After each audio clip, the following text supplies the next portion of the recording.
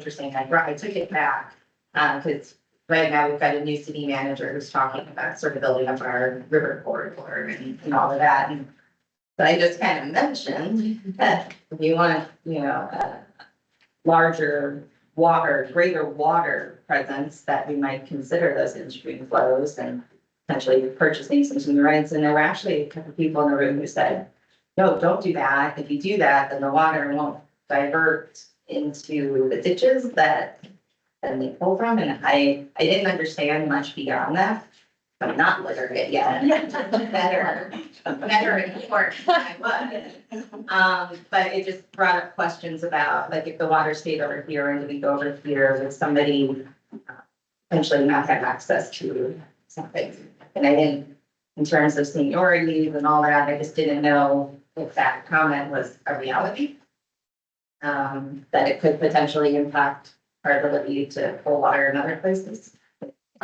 Because I was just thinking of in-stream as a good, 100% good thing. Just depends on who you ask. Yeah. So just it was an interesting conversation. I definitely was not prepared to go further than just making my statement. I'm going to do. But thought that was interesting.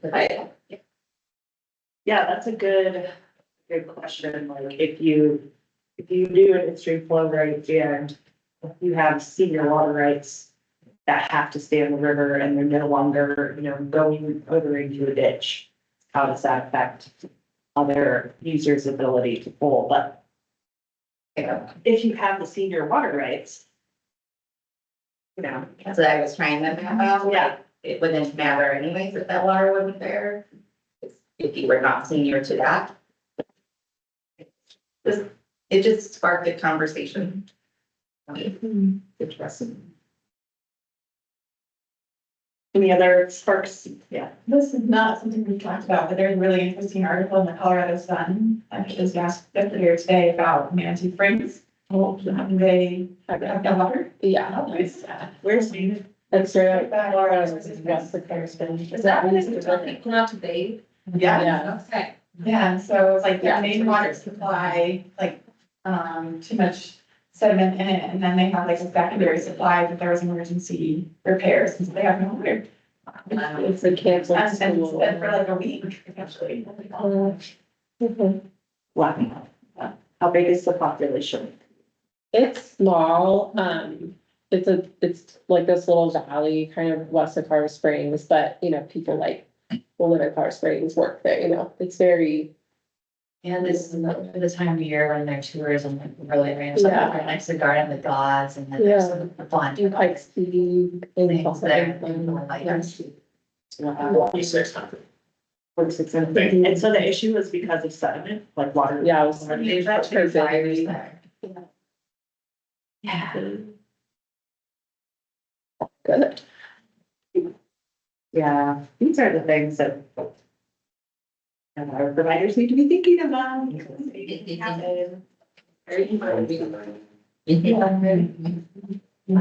for bringing that up. Yeah. Even our current event, I just was reading my console packet and Megan was online with me and said, oh, really? I'm not gonna stay. It was a fire mitigation. Huh. But I was like, oh. Maybe, and I don't know, it was a lot of reading, but you were in there, so. Is anyone planning on doing anything water related this summer? Events or trips, vacation? I just got off a rafting trip. Where's that? The Colorado River Ruby Varsity. Oh, nice. Yeah, it was really nice down there. It was in the 80s. There's not a lot of water, unfortunately, I think we're on my job, but, it was nice to be on the river. Yeah, our colleague was gonna do that. Yeah, were you on that trip with Mario? No, It was really windy. They ended up not having. Oh. we didn't have any wind. We don't say the W word.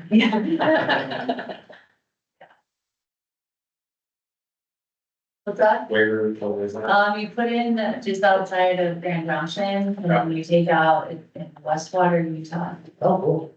Yeah, so it's about a 30-mile stretch through right around That's everything I can, but it's just flat.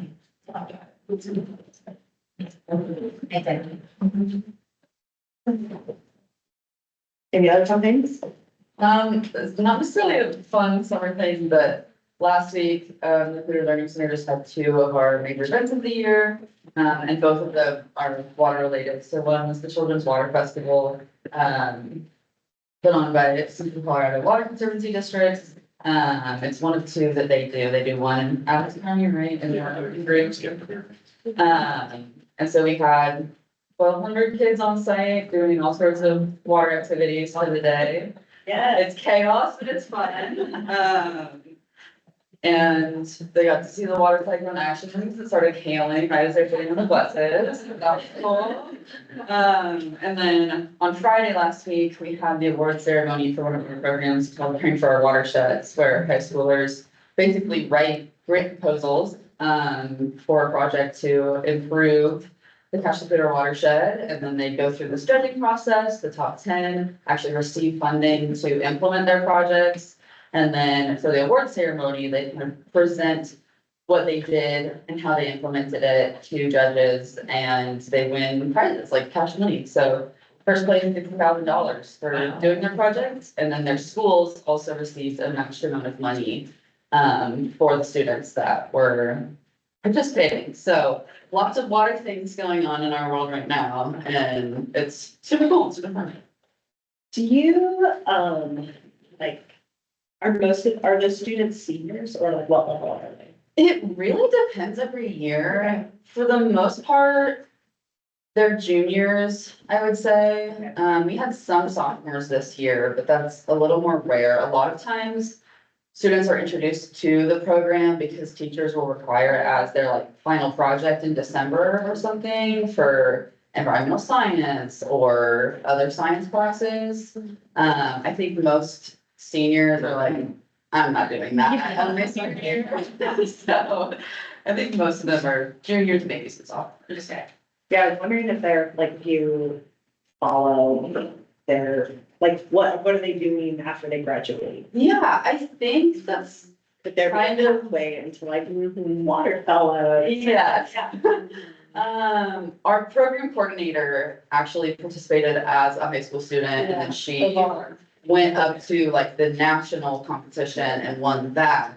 And got crazy scholarship money and is now, running this water program for students. So I think there are some stories similar to that, students going into environmental science. But I don't know if she tracks it. That would be really interesting. Yeah. Yeah, could be a good opportunity to link, like, hey, if you're interested in water fellows at CSU. Yeah. It's a great way to like get connected, blah, blah, blah. So, it's fun. Any other awesome events?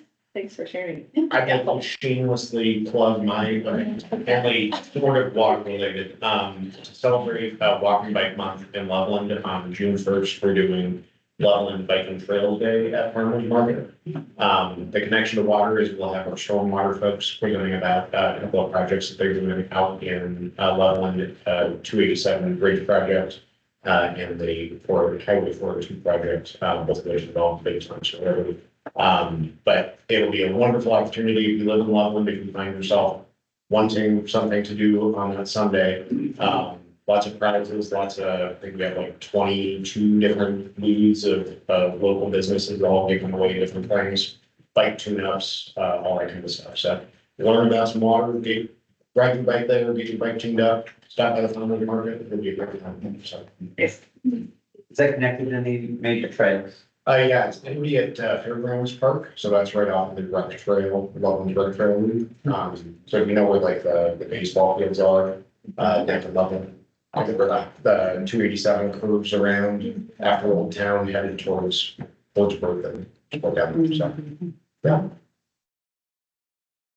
Great, Jackson. Yeah, the American Waterworks Association is having their national convention in Denver in June, and City of Greeley is presenting on their communications campaign for the lead protection program.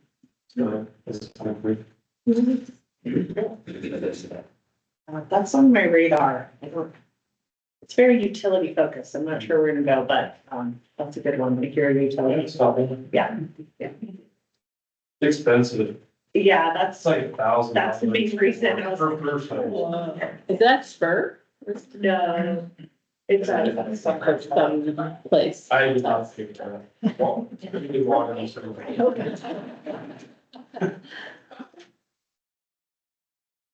Any other news to share, events, vacation plans? I started delivery with Morning Fresh. Yeah. And they had excellent milk, so I'm like, I didn't know where that milk came from, because I saw the cow it came from. Can I ask how much is it? Yeah, I mean, it's a little more expensive, but it's comes in glass bottles, it's really good. Yeah. The chocolate milk is to die for. Yeah, It's comparable to organic. yeah. And I think they're like organic and trees then, right? They're not I certified. think, They also have eggnog. yeah. Great non-answer. Yeah. Yeah, it's, thanks for about a half a gallon of white milk and a quart of chocolate milk, it's like $13 a week. That's not bad. So, I do like chocolate. Yeah. Is that whole Who chocolate? doesn't? It doesn't seem like it's full. It's not, but it's very creamy, and after you order, I'm just getting 1/2 gallon of the white milk and 2 quarts of chocolate. Then we have to wait 5 days for the next delivery, so. This gets done. Yeah. I'm gonna consider that too. Any other, yeah, I forgot, we went on our field trip too, between now and then. That's funny, I made a return trip for the chocolate milk. did you guys get to see the baby cows? We did, although this group wasn't really that interested in it. I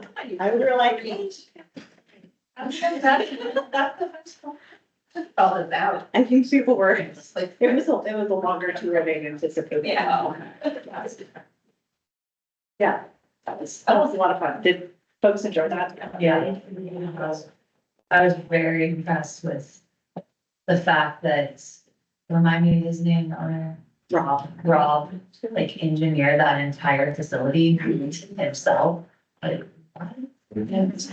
Sorry, I know, that continually blows my mind. he's gotta be a genius. Yeah, it's pretty much. I mean, his son did the whole dairy. That's. I don't mean to interrupt. Megan, you were on the floodplain management program for public information. Yes. 2025 update. No, I'm certified on the committee. Yes, that's a funny, that is a FEMA program where, it's actually really cool. The city of Fort Collins is only one of 2 cities in the nation, I think, that has a higher rating. And so people get 40% off of flood insurance Oh, wow. because we have this particular level. Let's see if the king sticks around, but Yeah. Megan's one of only 7 of the external stakeholders that were involved in this. it's a cool program. They, you know, if that's something that they automatically deduct from flood insurance, or is that something? Yeah, you have to apply. I don't know. I'm shopping for homeowners insurance for that. Yeah, we're- And I forget too, like, if you have to be in a certain area of the city to receive. We're like right off spring, every single fire layer, or, one with the sheriff have, the board have that. Yeah. It is a voluntary incentive program. Okay. Well, we're trying to connect realtors and get them more of this information so they can let folks know that it's available, but. Have you approached like an older realtors in Fort Collins? I can help. Yeah, I was Yeah. like, James,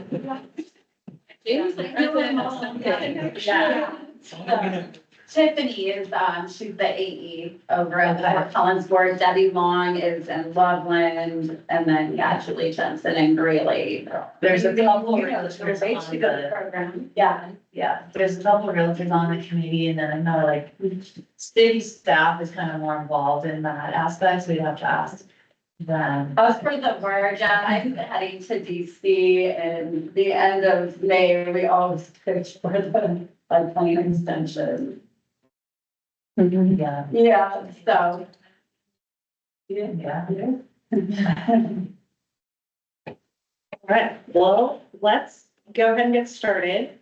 So our session today is really focused on kind of what's next in some initiatives that are ongoing, kind of looking ahead and doing more kind of regionally. So first we're going to hear from Steve Millers. He is the founder, chief executive officer, and chief technology officer of the Open Water Foundation, which is a nonprofit social enterprise that focuses on developing open source software and open data solutions to help organizations make better decisions. He's also partnered with Tri-Lake Systems, which provides a real-time environmental data management system focusing on floodwater. He grew up in La Junta and has BS and MS degrees in civil engineering from CSU. He's a water education Colorado water leader alumnus, lives in Fort Collins, previously served on the Fort Collins Water Board, and is a member of the Peter Runs Through It Study Action Work Group. Which if we have time, be great to get an update on what's going on in that group as well. Yeah. So I'll wrap it up there and let Steve take it away. Thanks so much for being with us today. Okay. Thanks. I'm just gonna sit because I don't wanna like loom over you in this small space and, I'll try to get through this in 20 minutes. I have a lot of slides and then there'll be room at the end for some questions. So, there's a lot to show you. But I hope you find it interesting. So these are some pictures. That's the Alexander fire from last year near Loveland. And then the middle one is, Chambers Lake up in the Cameron Peak burn area. You can see all the dead trees there. And then on the right is the September 2013 flood. That's by Sylvan Ranch, Sylvandale Ranch. Water going over that dam right there. She just said a lot of this to make some of you feel old. My son Silas built this big Lego model that some of you may have seen years ago in the lower right there. He's going off to college.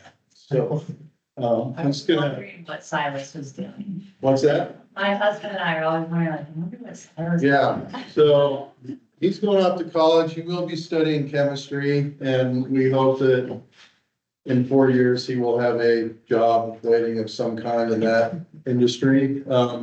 And my daughter Esther is the recorder for the South Platte Roundtable. So the blonde girl, you've never seen her. So trying to keep a little bit in the family. So the Open Water Foundation, we focus on open source software and open data solutions to make better decisions about water.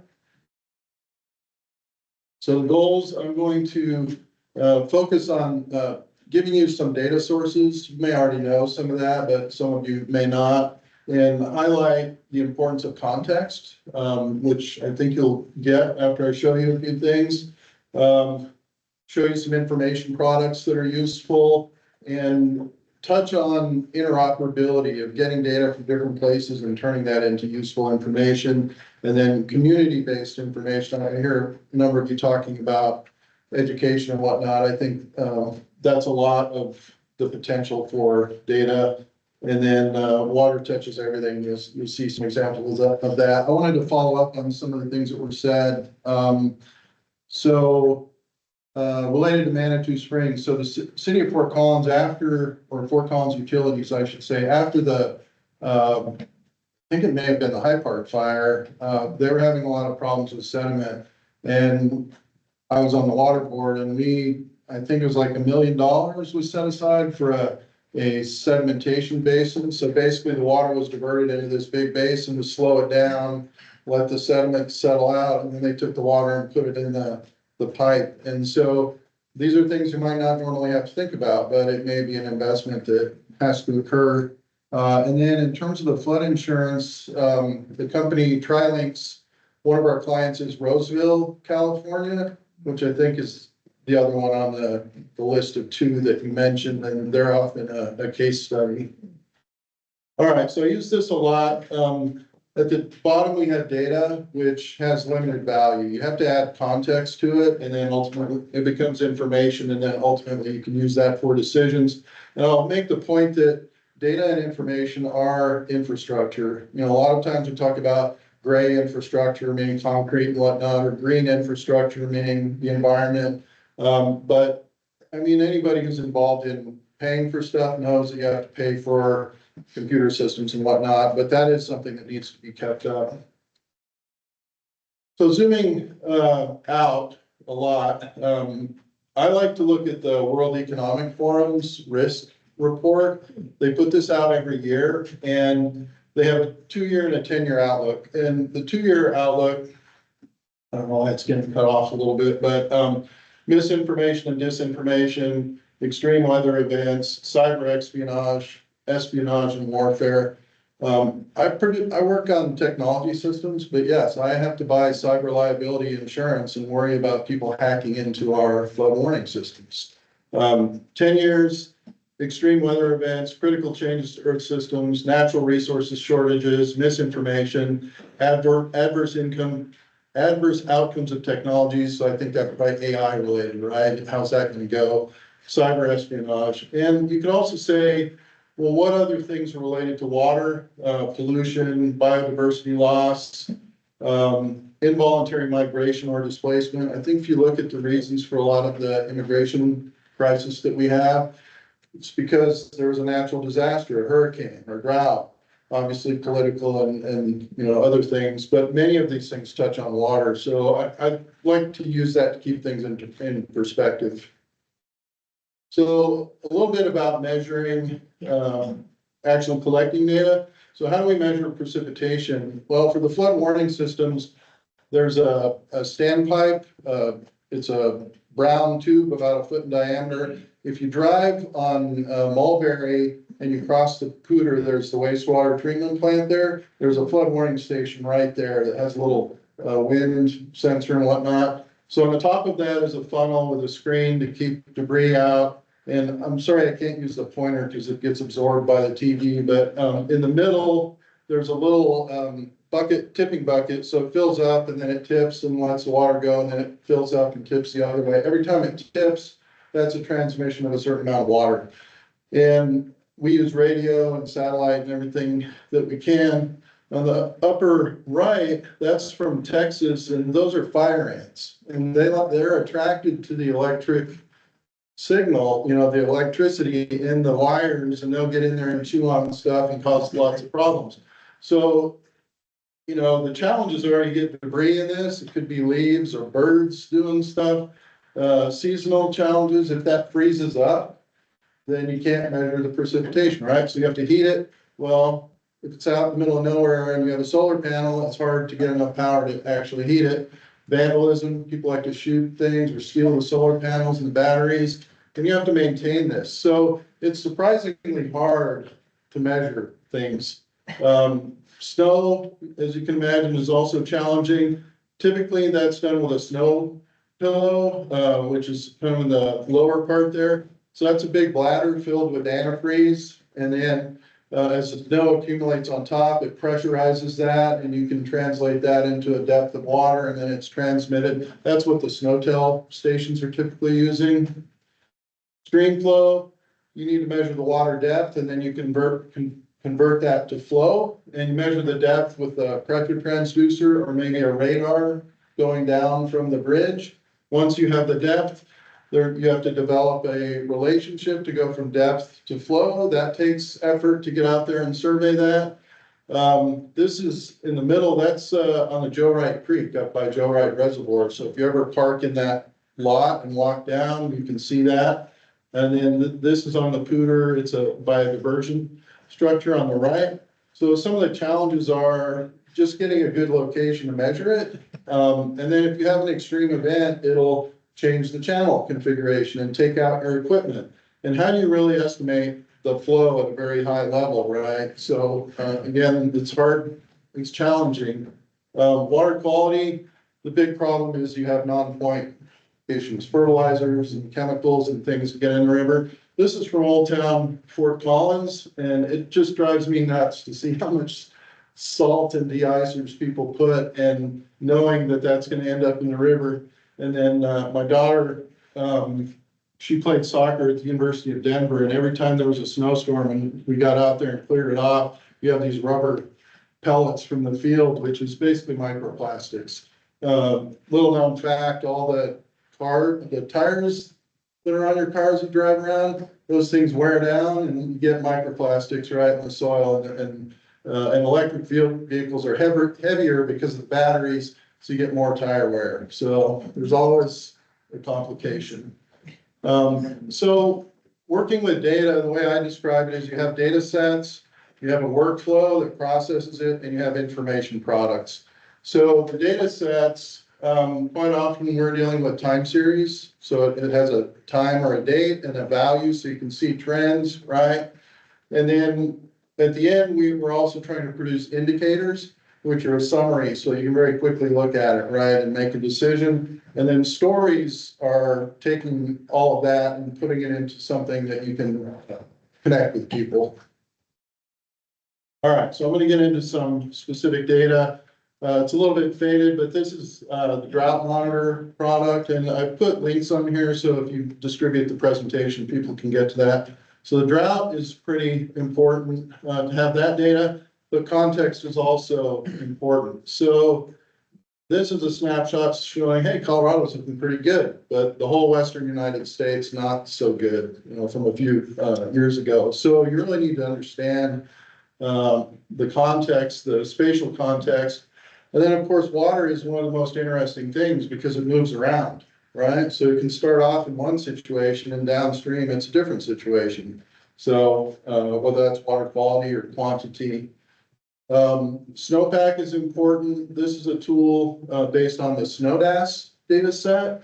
And it helps water managers know how much snowpack there is so that they can evaluate what their supply is. Recently, I got an email from the federal government saying this data set was recently downgraded to a basic level of service. I emailed them and said, what does that mean? They emailed me back the same words that they sent. So I'm waiting to see if we're going to be able to get to this data going forward. And then once you have that, you can look at temporal data. So comparing it to different years, seeing where we are in the season. And even if there's inaccuracies in the data, it's useful to see, well, how does this compare to that really bad year that we had, right? So you get some reference.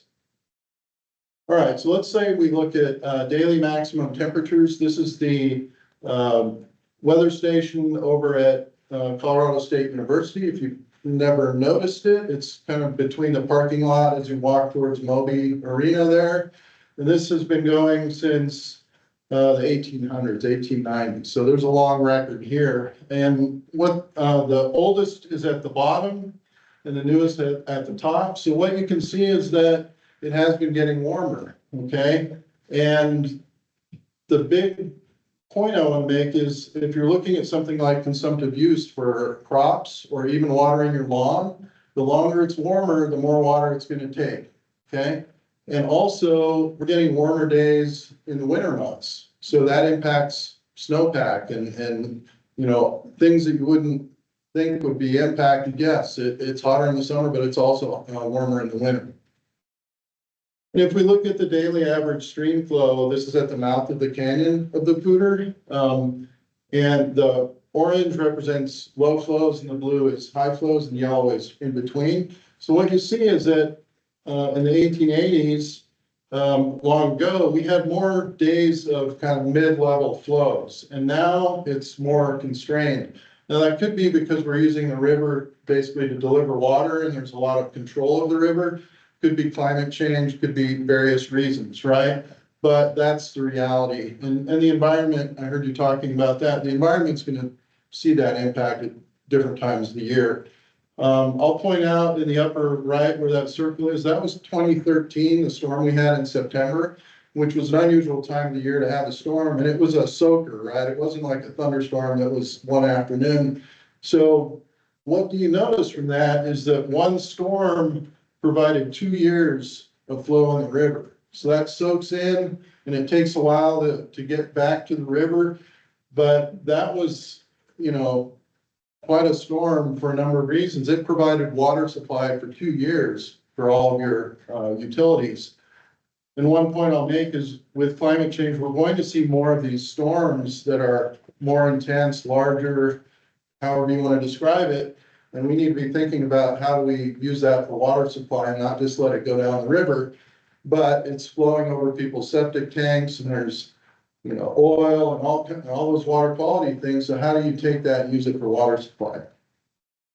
All right, looking at temperatures again, if we look at the new record high temperatures for a day, you can create a plot like this. So looking at the red line, yes, we're having more record high temperatures. You'd expect some of that, just natural, but we're having more of that. Let's look at that Joe Wright Creek location.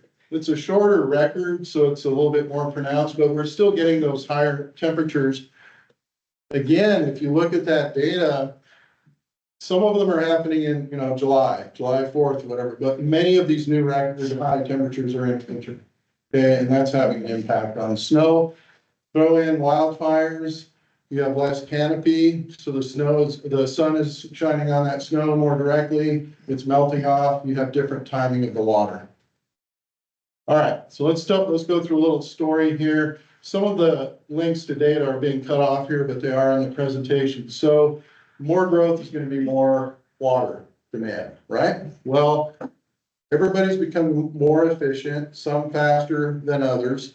So what's that balance between becoming more efficient, so having lower demand, but having higher population, right? What's that balance? Well, if you look at Colorado's population, we haven't been growing as fast as we have in the past, right? It's slowed down. And actually the US fertility rate, I think, is now like 1.6. So 2.1 children per family is replacement rate. We're at 1.6, okay? Where is the growth coming from? Immigration. Okay, so wherever you stand on that political side of things, immigration contributes to the economy, and we'll see what's going to happen with that, okay? Right, so these are all different municipalities. We have boundaries for the growth management areas for many of them, but we also put the markers up. This is on a website called the Poudre Basin Information website that we continue to develop. All right. So let's look at population. So if it's a bigger city, you tend to see, this is Fort Collins on the left, you tend to see kind of a more steady growth, right? If it's a smaller community like Timoth on the right, you tend to see a hockey puck. Or not a hockey puck, hockey stick, right? You get the hockey stick effect, and that's the major pressure for water demand, okay? And there's also unincorporated areas that you have to think about. So if we compare Larimer and Weld County, Larimer's pretty steady. Weld County is growing faster for a number of reasons, or at least it was when I did this. And I think by now it may have surpassed Weld County and Larimer County in population. So where will the growth occur? Well, you can look at land data and things like that. And so this, where you see the colors, is where we expect growth to occur.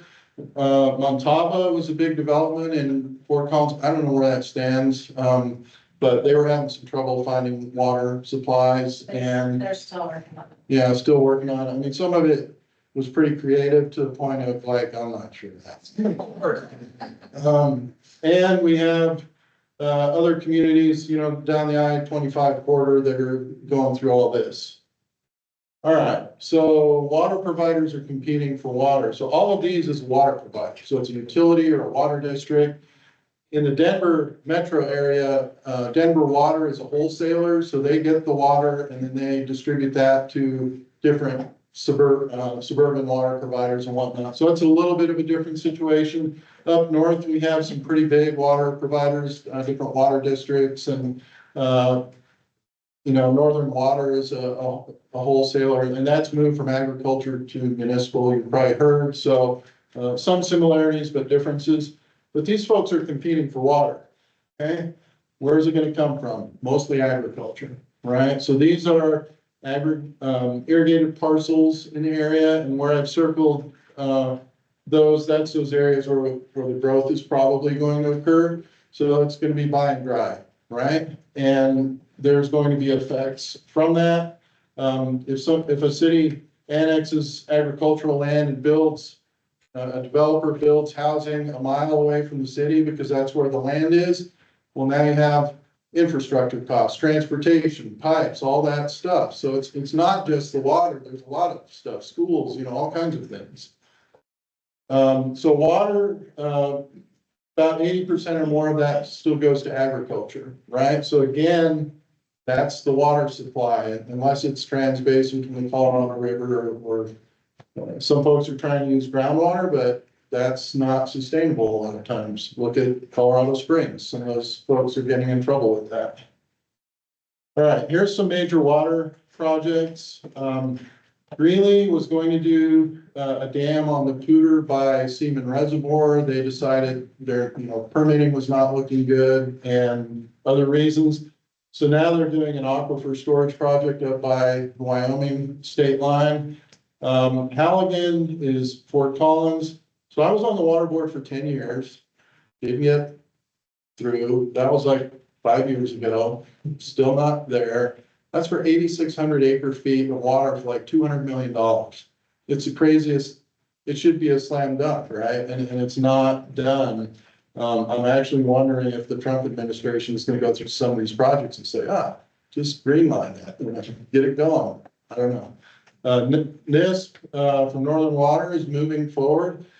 But one of their things they recently did was put out $100 million for mitigation, right? So that Save the Poudre and folks like that would let it go forward. So if you follow in Boulder, there's been some drama about Gross Reservoir, and that's, again, I don't understand the politics because it's being paused partly because they didn't consider climate change. And with the current administration, I'm not sure that's gonna stay stopped, but anyhow, and now that, are they gonna look at what NISP did and are they gonna have to come up with a big number to basically let people unblock, the locals unblock that? Thornton Pipeline, a little bit about that, I'm sure. And then Chimney Hollow Reservoir is another northern project by outside of Loveland, and it's been moving pretty quickly. So, did you guys do a tour of that? No. Okay. So, that's a pretty impressive thing. All right. So I guess I would say the basin is complicated, the Poudre is complicated, but there's actually projects moving forward, and they take a long time, but there are moving forward. Let's talk about water conservation a little bit. So you can say water conservation and you can say efficiency. I tend to think about efficiency. We want to increase our efficiency, right? And when you use the word conservation, a lot of people use that word, land conservation, so it can get a little bit confusing. But if we just talk about efficiency, the goal is to become more efficient per capita use, for example, and that can free up supply for growth, if you think about it that way. But you still need storage because we need water at different times of the year, right? You can't just say, oh, we're all more efficient, so we don't need Halligan Reservoir. Yeah, we do, because we need insurance and we need it for different times of the year. But cities or utilities are becoming more efficient. This is a visualization that we did. On the left is gallons per capita per day, and on the bottom is water use for the entity. So what it's showing is that the big entities, the big red one is Denver Water.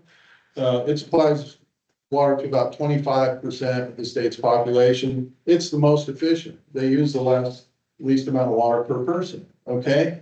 What are all these other things? Okay, tourism towns, Aspen, ski towns, you have a lot of people come in, they use water, makes it look like they're not very efficient, right? Towns with industries, let's say dairies or things like that. Well, yeah, they don't look very efficient. So you really have to understand the context to understand water efficiency.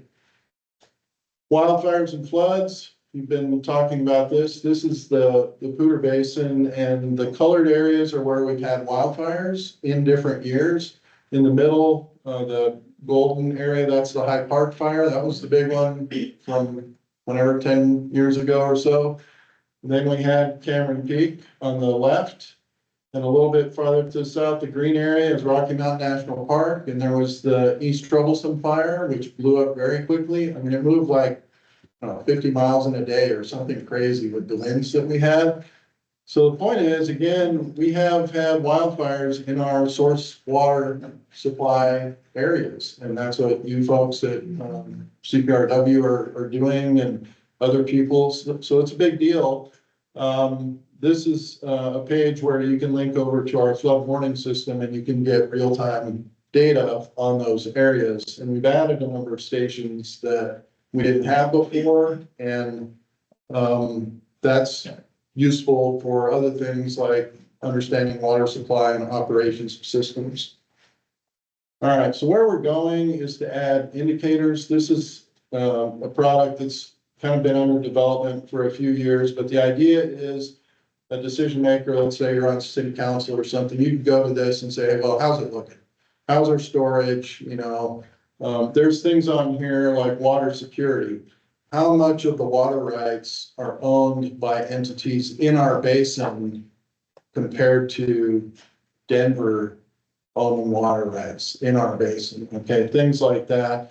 And then you can back that up with the data that goes into the indicator, like where are we at in terms of drought monitor or reservoir storage, things like that. And so this is where analytics and maybe some AI stuff could come in and really help put those things out there, but you have to know what's being done. And I don't trust AI for a lot of this stuff that we deal with, just because it's a black box and it's not transparent enough. All right, so these are some of the data sources that I've mentioned on other slides, and I'll go through a little bit more. If you're publishing data, there are ways to do that. So any of this you can talk to me, but there are ways that your utility or ditch company or whatever can publish data. Obviously, you're going to make a decision about, well, is that going to get us in trouble somehow? But let's say you're doing it for all the right reasons.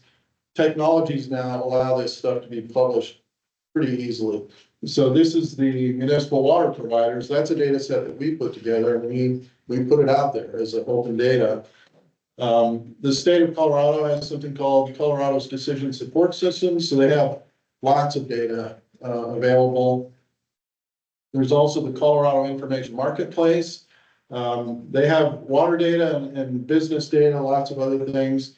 Let's say you want to know how many dairies there are. Pretty good chance that you could search the business registrations for dairy and come up with most of them, right? So there's things like that that you can do.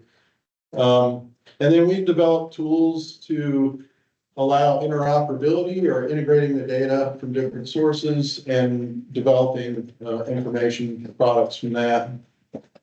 Then you can publish that on the cloud with different technologies. So I want to talk about the big picture real quick. I'm getting close to my time here. Colorado River is really important. Water supply from extreme events. Again, how can we deal with that? This is Las Vegas. This is a flood warning system that we have. And One Water, you know, considering all the different things that go on with water, how do you treat that together? Big thing in California is atmospheric rivers, right? And people are really looking at this to help with water supply. The problem is they have mountains right by the ocean. So it rains, it goes right to the ocean. It's not quite like here, right? But each one of those rivers could be like the Mississippi River in terms of the amount of water. So if you could figure out how to capture that. All right, some thoughts on water supply. The dedication policy, whether it's cash or water rights, is a driver to what happens. If you're a city with a senior portfolio, you want cash to pay for your Halligan reservoir. If you're a city with a junior portfolio, you need water rights because you don't have it. You want to grow with that. Keeping water in the Poudre and Big Thompson will allow for many options. If the water leaves those basins, you use those options. Okay, so even though NISP is a big controversy, it is a storage bucket in the basin. So hopefully that can be something can be done. Regional planning is good, but it takes a long time, and I haven't seen a lot of progress there. Climate change is a big deal. Water's complicated, so it's hard to keep people, you know, that's what this group is trying to deal with. I think this might be my last one, political impacts. So we are seeing impacts because a lot of the data we get is from federal programs or with federal funding. And Weather Service, USGS, NRCS, they are cutting things to the point where we're starting to see trickle down effects on our data supply. And a lot of those agencies were running pretty lean, you know, old dudes like me, older than me, were getting close to retirement, and they're like, you know, I'm just gonna retire. And we're losing a tremendous amount of experience. And then even tariffs, some of these technologies that I showed you involve products that are made overseas, electronics or whatever. And so if the cost goes up, all you guys are gonna pay for it. All the citizens are gonna pay for it because government pays for all of these systems. And some businesses may fail if they can't, you know, get through the turmoil. And I'm gonna say the long-term availability of water data is uncertain. What if somebody says, you know, that climate data you've been collecting, we don't need that. Or that stream gauge data, well, we're just gonna cut the funding for that data center. So I'm watching that. So publish your data, regional collaboration is good. Want to see progress there. Funding, as much as you can help, that helps with matching funds on a lot of grants. And we like to work with organizations that are innovative, that we can have long-term relationships with, rather than chasing proposals and trying to put together, you know, piecemeal stuff. It's very difficult. Water leaders is good, because we need people who are going to support data and science, keep innovating and collaborating. That's it. A lot of good. Thanks for questions. Good overview of all that we have discussed in this class, basically. Any questions for Steve? Yeah. So Steve, if we continue to lose staffing in programs and this data ends up being less reliable or less available, what do you see as the practical implications that you're most concerned? On the negative side, I would say people are gonna turn to AI and say, oh, it'll just figure it out, but I don't think it's gonna figure it out. I think that it's gonna come down to the mid-level, not the people that are close to retirement, because they're gonna be out, and not the young people who don't know as much. It's gonna be the mid-level people who have some connections and figuring things out. I do another presentation where I put in a slide that says California now is the 4th largest economy in the world, okay? US, China, Germany, and California. And California, Germany, and Japan are all in the same range. So California is almost the 3rd largest economy.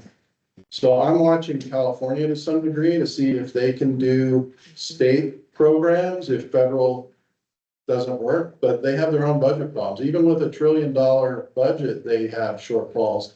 So I think it's gonna be a real problem. And I guess I'm also hoping that there's gonna be some pushback and they're gonna say, oh, that was a bad idea. Let's hire those people back, but we're not there yet on that. Okay, question.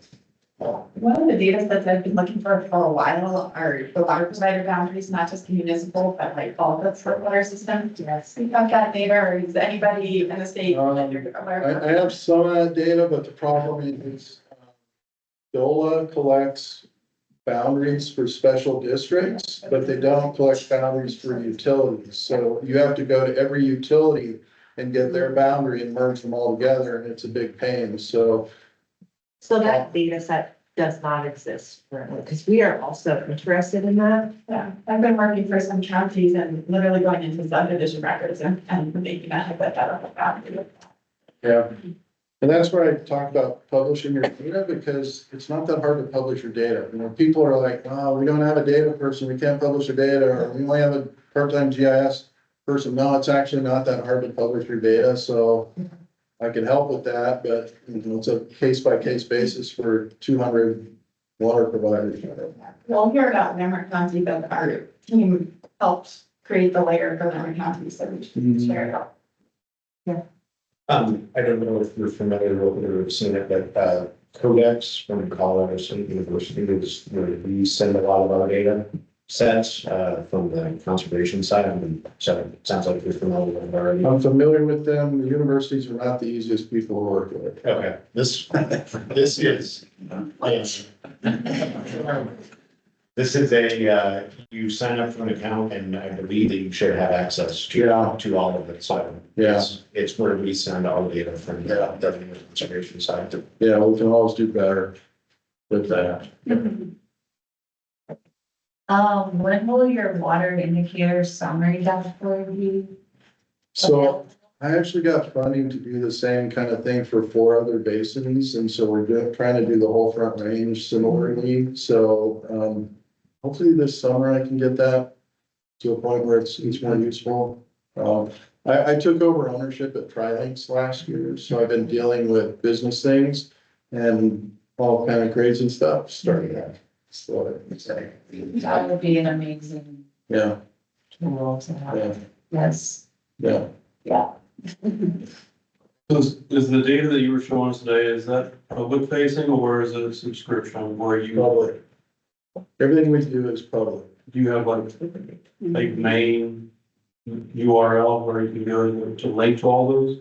So if you go to that Hoover Basin Information website, if you look at that and you click on a map or a layer, there's a little, kebab menu, 3 dots. And there are links there to the original data sources. So everything you see, you can drill down and get to it. It's just a Hoover Basin. Hoover Basin Information.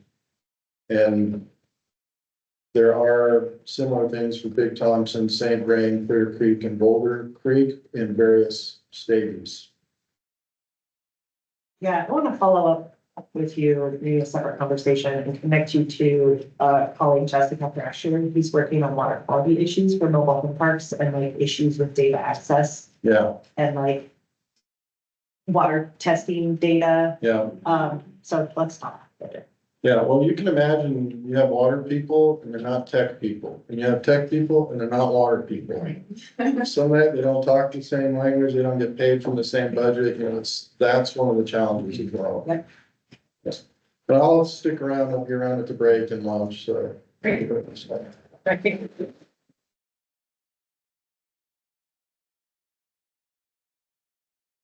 I'll clarify. Yeah. Okay,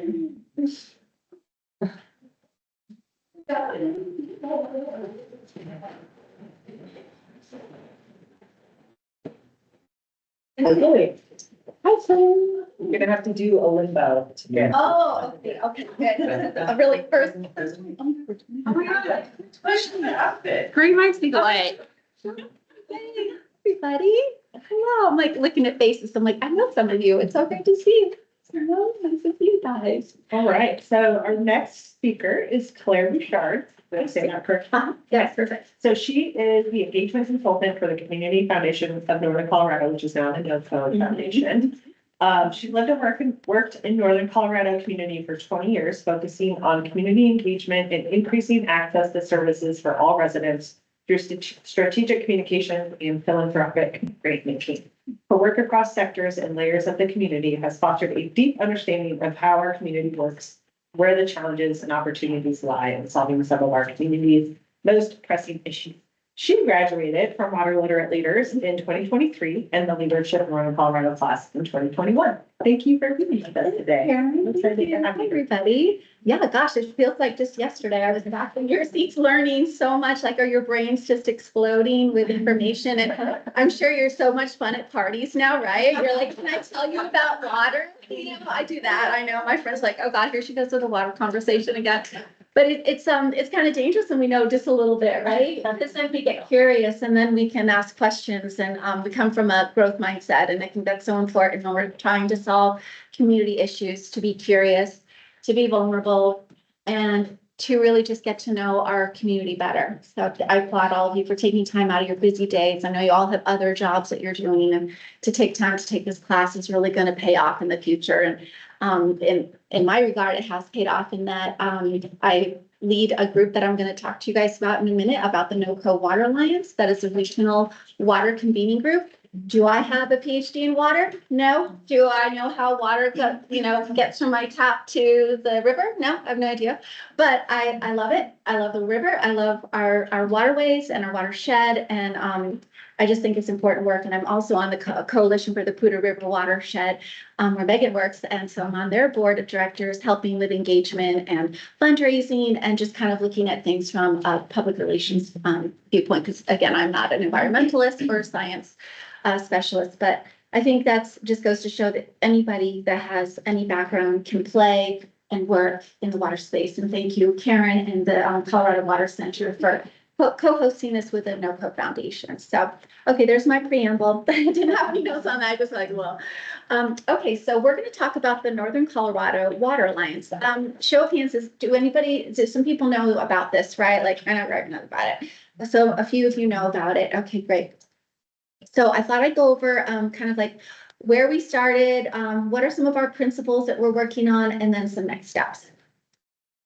So wow, that does not look as fun on the TV as it did on my PowerPoint. But anyway, the origin story is that in 2019, a group of city managers, mayors, and mayors pro tem from Greeley, Loveland, Fort Collins, and Windsor had been meeting for about 8 or 9 years around difficult topics. They meet every quarter, they still do. But in 2019, the idea that regional water collaboration could be enhanced really was at the forefront of their conversations. And so they asked their utility folks to come together and meet the four. And they're like, well, there needs to be a lot more people in this room and we need some help in guiding our conversation. So in 2020, that was right before I started here, there was a strat process, which is like a strategic planning thing. OtterBox uses it. It's kind of popular here in the region. So they did a Zoom version of that because of the pandemic, right? But they went through a strat out process and came up with like a plan on a page, if you will. And one of the things was to talk about communications. Another is look at regional infrastructure. How can we tie into each other's infrastructure like pipes and treatment plants and such. So that completed in 2021. And then in 2022, we started to add people. They said, we need more people at the table. This isn't enough representation because there were 13 in the strat process. So in 2022, we renamed, I guess renamed came in 23, but in 2022, we invited more people. And I actually have that list here. I'm going to read off who's involved. So we have the cities of Evans, Fort Collins, Greeley, Loveland, the East Larimer County Water District, the Fort Collins Loveland Water District, Larimer County, Little Thompson Water District, North Weld County Water District, Northern Water, Platte River Power Authority, Town of Berthoud, Eaton, Johnstown, Milliken, Severance, Timmins, Wellington, and Windsor. Okay, so that's 19 agencies now that work together. They go by the name NOCO Water Alliance. We have hired professional facilitators because these are folks that are experts in land use, transportation systems, and watershed health. So CDR is a great facilitation group. They come up every other month and help us lead these meetings. We have 55 people on our registration list, but about 25 to 35 come every meeting. And it's really telling because we rarely offer a Zoom link. It's not a relationship that we're trying to build through Zoom. Like we had to do that in the beginning, but we're all about meeting in person. And then once or twice a year, we go out for beers because that's what we do, right? We're in Colorado.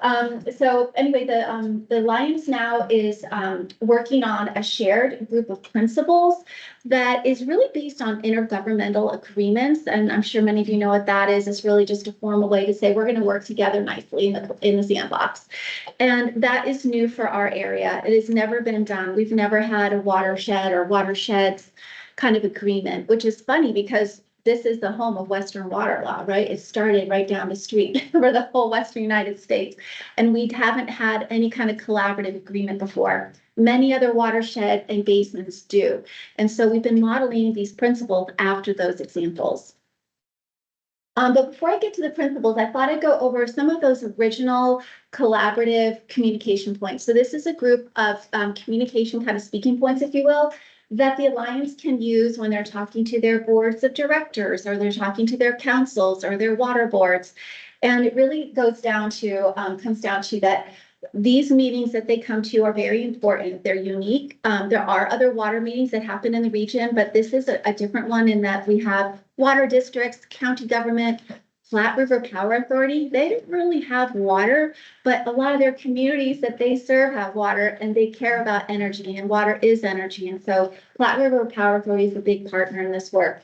We have Larimer County, right? Like they don't even have a ton of water that they deal with, but they have land use management and they have ranches and farms that they purchase as part of their land bank that have water rights on them. And there are a few neighborhoods in unincorporated Larimer County that they do provide water service for through a provider, other provider. So a lot of you know, a game that people have stake in, I guess you could say.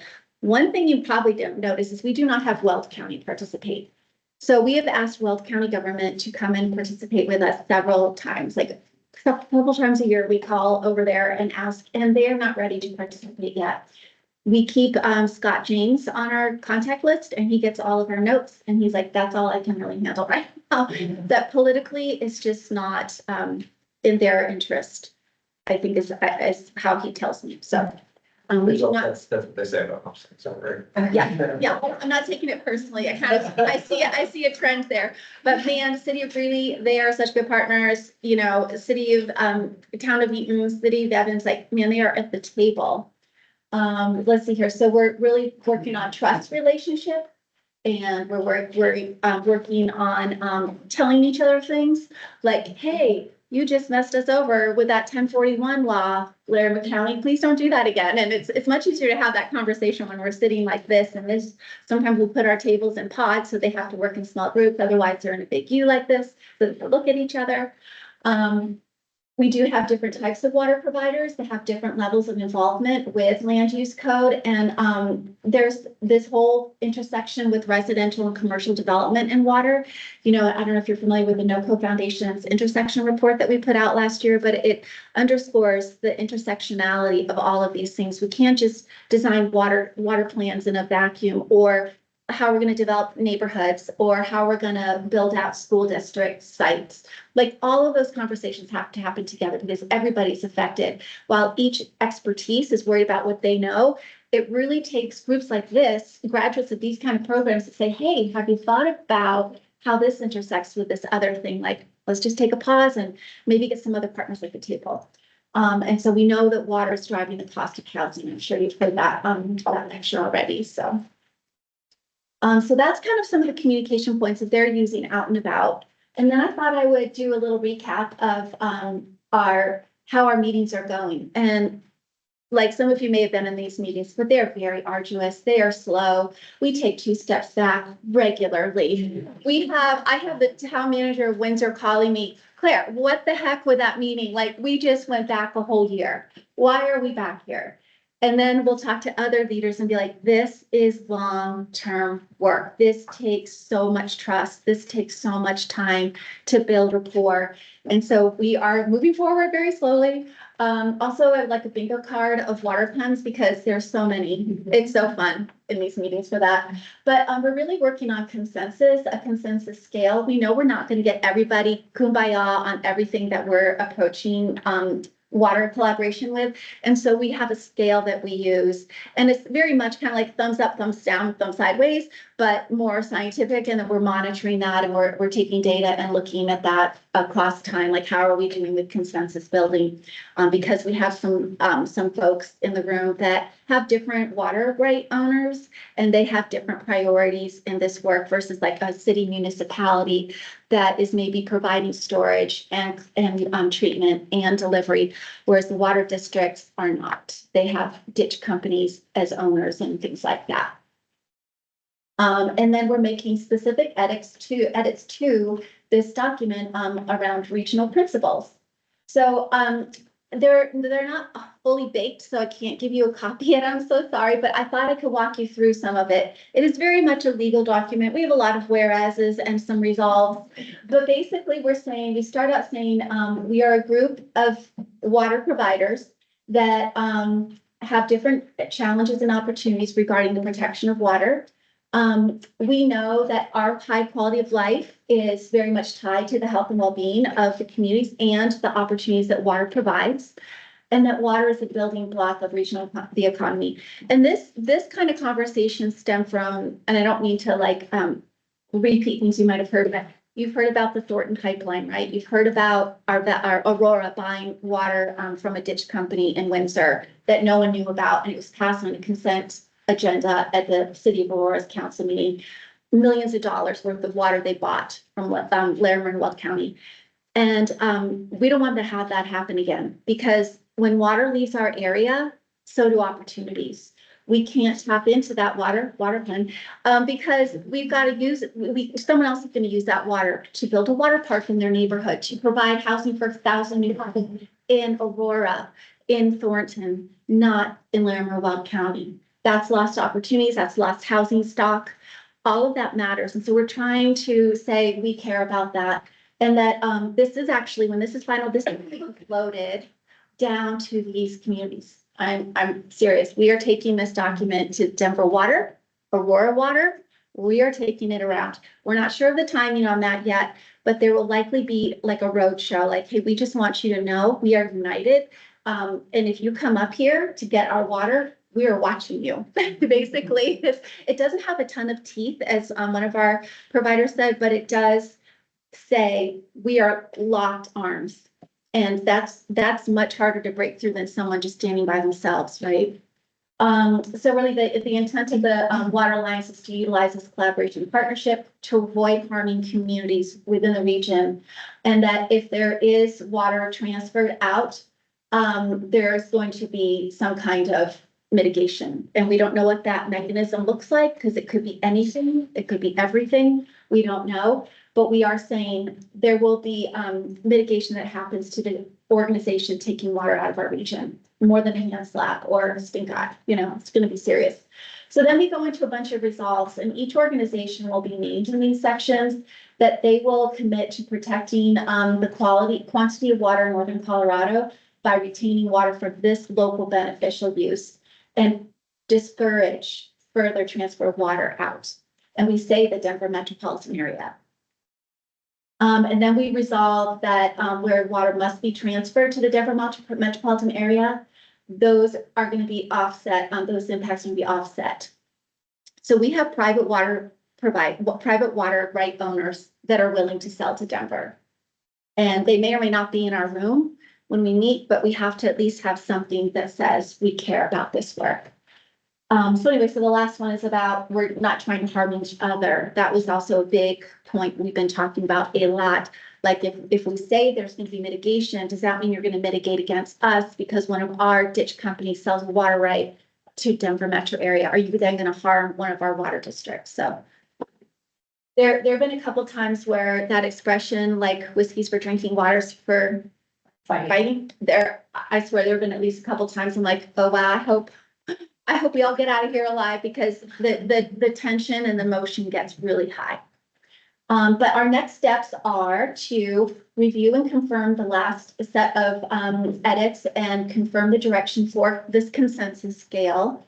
And then we are continuing, and some are beginning to reach out to our elected officials so they can sign it eventually. We're hoping for a July finalization. We have another meeting at the end of May that will go over these again, and hopefully we can get to that place of consensus. And if not consensus, then enough that the people that don't want to sign it are fine with it being signed, they just are not going to, and that is okay.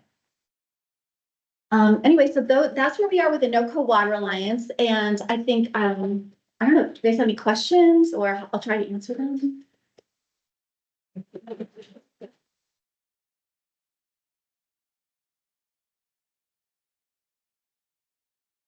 Means public where people can just come in and sit and listen. Not right now, it's not meant to be secretive, it's just that there's a lot of, just personalities and agencies that have not wanted that. We've asked, the foundation has asked, like, can we include, say, the ditch companies to come in, and we've been asked not to yet.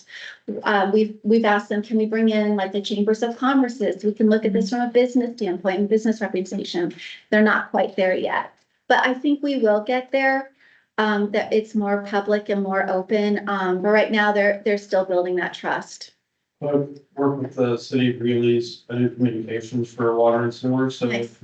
would I have an invitation or like, since I'm part of the city of Greeley, or is it Yes. just the water utility, like high level leadership? Yes, Something. Sean comes to them and Leah Hubbard are the reps that come from the city. Really, sometimes Raymond comes. I would say we have had conversations around those earlier communication speaking points we talked about.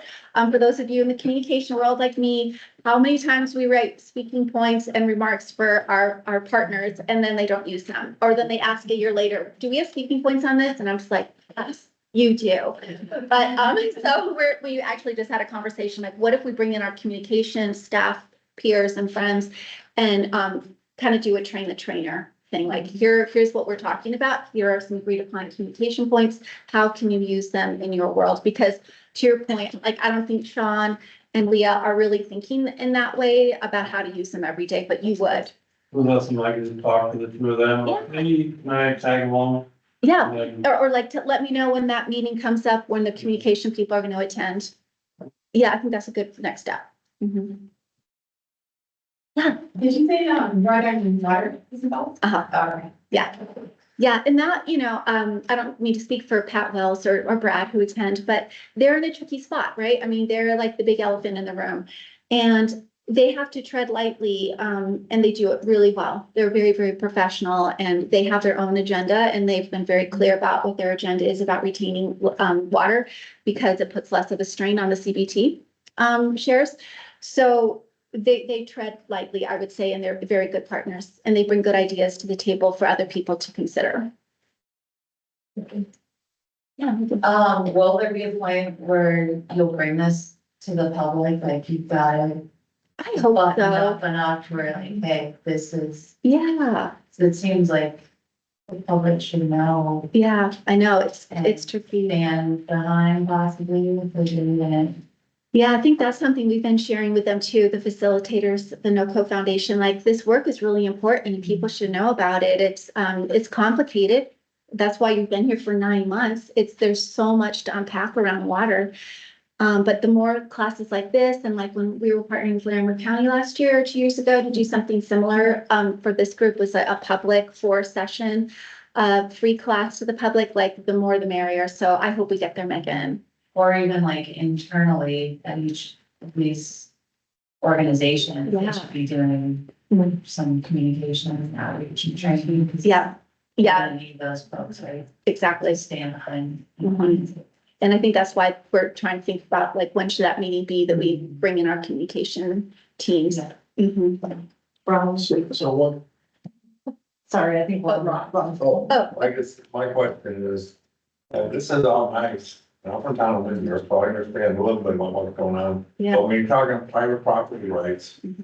all this stuff sounds nice, but if somebody wants to sell their water, how are we gonna stop it? Unless Absolutely. you got legislation, Mhm. and even that's risky. Absolutely. That's exactly right. And that's there is the problem in a way. Like we can say all we want to preserve water here, but if a landowner, water right owner is like, this is my retirement and this is how I'm passing on generational wealth to my heirs, what are we gonna do? We just hope that there's a critical mass of agencies and people that don't want to do that. But I think we would be naive to think that isn't gonna happen. But I think, what maybe you're working towards is there's an additional cost associated, which is mitigation. Yes. And so But how can you force that on private property, right? you wouldn't enforce it. It would have to be coming down through some legislature. Yeah, okay. And yeah, it would require mitigation. And there's been conversation, I think Corey, you were at that conference, like, can this be part of the water court process? Where mitigation is tacked on to change, water right change. Yeah, and that's another topic the group is considering putting on a future agenda. We like them to plan their own agendas. We don't like to tell them what they're going to talk about. And they've discussed, like, do we bring in some water attorneys to say, what are our options for mitigation, for mechanisms to enforce something like this? Because not everybody knows and not everyone's on the same page, so. Oh, a couple questions over here, yeah. Yes, so on Ron's point, so I agree with him, there's gonna be a lot of pushback on the private owner side. What I was kind of thinking is, why not take the approach of, one, you're already trying to build a rapport in the relationship, so why not ask and see if we'd be willing to do a first right of refusal, right? If Yeah, exactly. one of us, or one of the municipalities using, the context and stuff and going that route versus the Exactly. force kind of legislative side. Yeah, I think that's definitely like share the opportunity with us. Maybe we can help, pull our resources together and make a deal that's sweeter than the private sector was gonna get. So, exactly. Yeah, thanks for thinking along those lines. Yeah. So I'm gonna clarify, so Platte River Power has about, I think, 4,000 acre feet of water a year Okay. to cool Rawhide. Mhm. And as Rawhide is decommissioned, that water will become available somehow. Mhm. That's And good. then, you asked about who runs through it. I've missed a couple meetings because my kid is graduating and had to go with stuff, so I can't give you a up-to-date thing, but I will comment that we have the same situation, that people want to come to a neutral space, even like what you're doing here, and talk and, develop that trust and not have it go in minutes that are publicly available and whatnot. And kind of the balance is, we do the Poudre River Forum each year, which is a public event. Maybe there's other public events. So I don't know that you'll ever get to where every one of your meetings is public, and maybe that's a good thing. I don't know how you navigate the open meetings laws, because I'm not an expert on that, but having a mixture, I think, is good. Good point. Yeah, and I know many of the members attend the Poudre River Forum. I know we go, and then the Confluence Conference and then Northern Waters twice a year, Right. water forums. People are there, but you're right, it's not on that.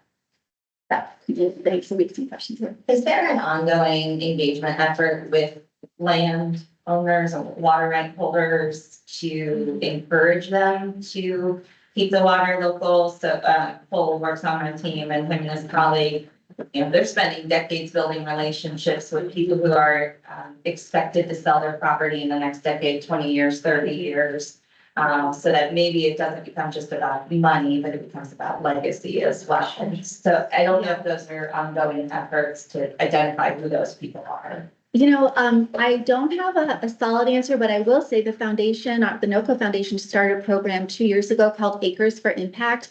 And in our eastern work, so we have 6 counties out on the other side of Wealth that we work with. And our staff out there meet with ranch owners, ag businesses, people with big farm equipment, talk about legacy. Because so much of the transfer of wealth in rural eastern Colorado is going to kids, which is great, but they don't live there anymore. And so the money leaves the area and it goes to Chicago, it goes to San Francisco. And then this town that relied on the Joneses for, generations to put on a bake sale or go to church or whatever are gone. And their impact is gone. And so we're trying to say, would you want to think about setting 5% or less aside in your will and your state to stay in the community so that impact still happens, even if you're not here, even if you sell and the money goes somewhere else, there's still a little bit there. But as far as trying to have those pre-conversations, I don't know how that works. I saw Lori Cadridge just coming in, right? And Lori and her team in the county do a lot of that relationship building, I think, for their land bank and such. So that might be a good question for her, because that's all I know. Probably if we need to make suggestions, you've probably already come up with, but has there been a consideration to have each municipality tack on a small fee to their water bills to then build up a shared, essentially bank that is owned by your group to then purchase those water rights? Some conversation, actually, it's come up and been dismissed several times. There have been conversations as far back as the early 1990s about having a property or sales tax in both counties to put towards a water fund. And you can imagine how difficult that is to get buy-in on, even preliminary conversations like, nope. So I don't see that happening, but I mean, your idea of municipalities saving for the future through some kind of endowment or something like that could then buy water rights is an interesting one. And it hasn't been brought up lately, so I'm happy to share.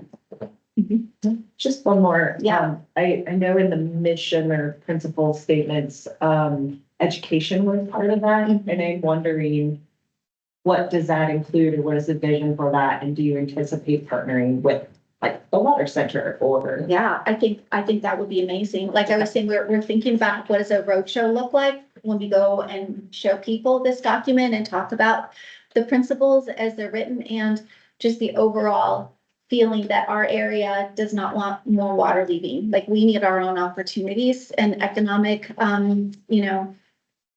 game. And if we don't have it, then some other community gets it, and that's not right. And we don't want to have it happen. I think it was the Colorado River, on the western slope, their communities had a campaign, not one drop, not one more drop. And every town, every person from coffee shop to the churches to the schools knew that campaign, not one more drop. And that could come here potentially, something like that. So, yeah. Okay, great. Thank you so much.